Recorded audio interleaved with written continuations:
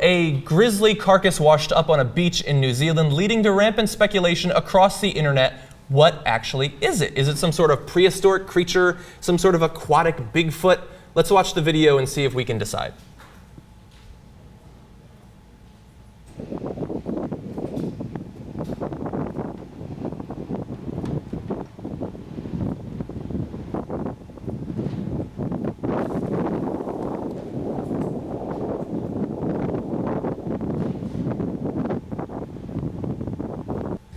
So there you see it, 30 feet long, and obviously the head portion of the remains were pretty scary. I mean, you see some very long teeth there, there's several dozen teeth. And the fact that it kind of looked like something that would come out of an alien from the Aliens series, the fact that it has no real head or eyes, that's pretty horrifying too. What do you think it is?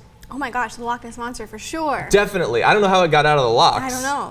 I thought it was supposed to be locked in there pretty effectively, but unfortunately not. Turns out it's an orca. Oh, that's not exciting. It's nothing super exciting. And I guess the way that the orca's body decayed meant that the head portion kind of shrunk in, and I suppose not the entire orca actually washed up, just 30 feet of it, I suppose. And I think they could recognize based off of the fin, right? The flipper. Yeah, that one scientist said that it was because of that. Now, I didn't know about this, but apparently blobsters have been washing up on shores for quite a while, and it tends to be whale carcasses that have decayed to some extent and then eventually washed up. And there's people who will try to identify the remains, and it can be quite hard after all that decay.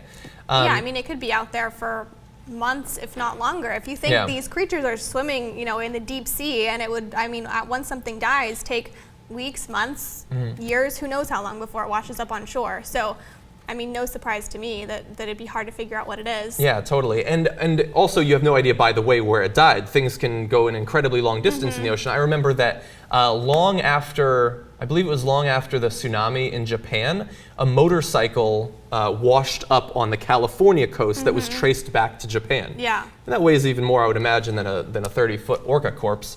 But I like that people were so excited by this and trying to find out what it is. Is this possibly a life form that we didn't know about before? Because I think that in the internet era, there's so little mystery, really. Like when something comes up, we can wiki it, we can Google it.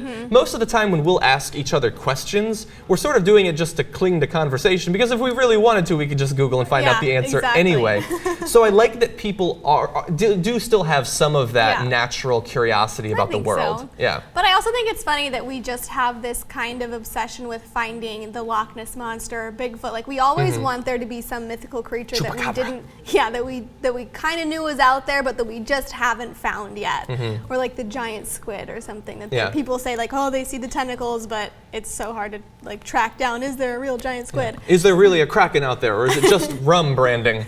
But yeah, and another reason that I like this is that despite how developed the human race is at this point, and despite how much control we have over a fairly large proportion of the Earth's surface, the ocean remains largely unexplored, at least to some extent. Like what goes on in the ocean usually stays in the ocean, I guess. It's like Vegas, but bigger. And wetter. Wetter. Yeah. Yep. So until we actually get off of the surface of the Earth and begin, I guess, colonizing the rest of the solar system, or possibly going to other star systems, I guess the ocean is the last great unexplored realm. The last uncharted territory. Yeah. And only occasionally will we learn about its mysteries when they wash up on our shore a rotted, decayed carcass.